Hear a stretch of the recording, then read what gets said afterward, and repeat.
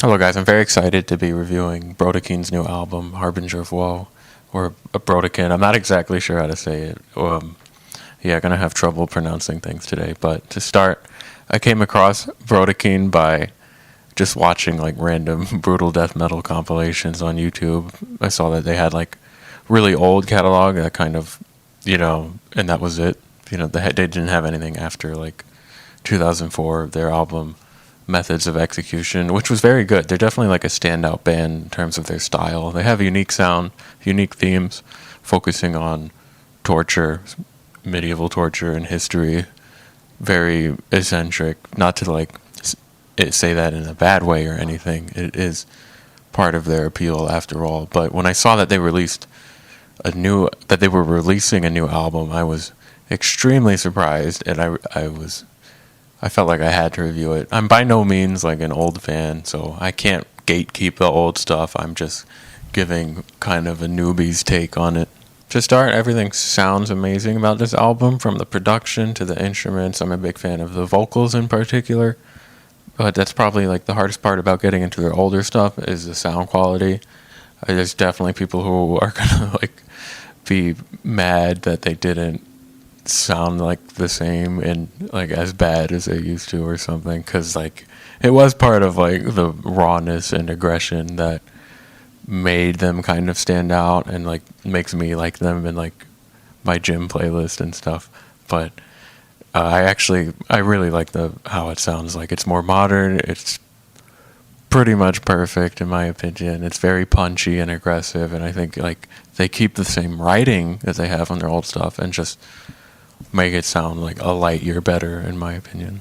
The music itself is just a relentless onslaught of blast beats and tremolo picking and just pig squeals and anger. It's just textures and layers of anger that never stops. It's not like there's a few slower parts, but like the pace is the same for most of the album, and I don't think the drummer ever takes a break. I have to commend them on their endurance, because even if the guitarist stops, he's still drumming, and it's just like, wow, their live set is going to be very chaotic. I don't know how they can do it, but there's not a big emphasis on riffs and like slower parts. If you like Dying Fetus, that's like a selling point they have, is very heavy parts where they slow everything down and just like have the best riffs ever. It's not like that. They differ a lot. It's really hard to compare them to other people.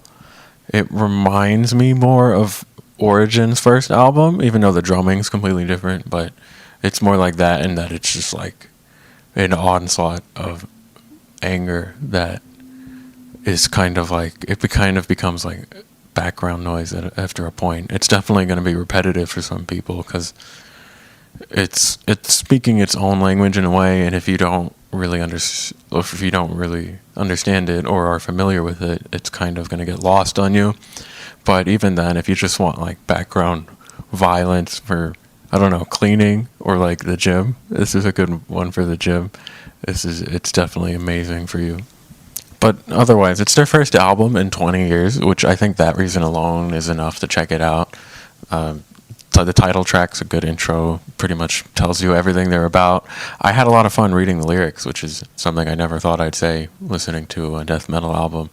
But it's like torture poetry. It's very interesting, and if you Google the stuff they're talking about, you end up learning a lot of history. So if that's your thing, this is amazing in that case.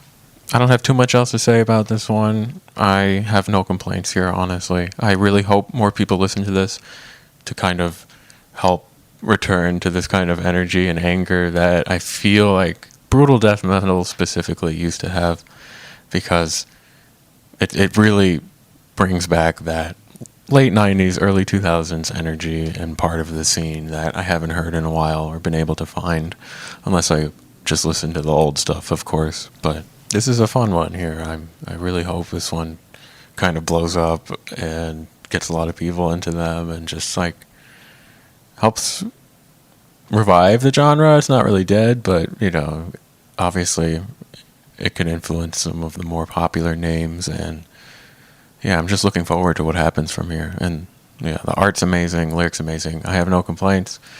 Thank you. Hey, this is Dewey Halpus, host of Pure Pleasure on the Sound Talent Media Podcast Network. Join me each week as I explore another long-form conversation with one of your favorite musicians, actors, comedians, or creatives. From Chino Moreno of the Deftones, John Gorley of Portugal the Man, to Fat Mike from NoFX and Ian MacKaye from Fugazi and Minor Threat, we go all over the map. From Fall Out Boy to Slayer, Pure Pleasure has it all. Check us out now on Sound Talent Media.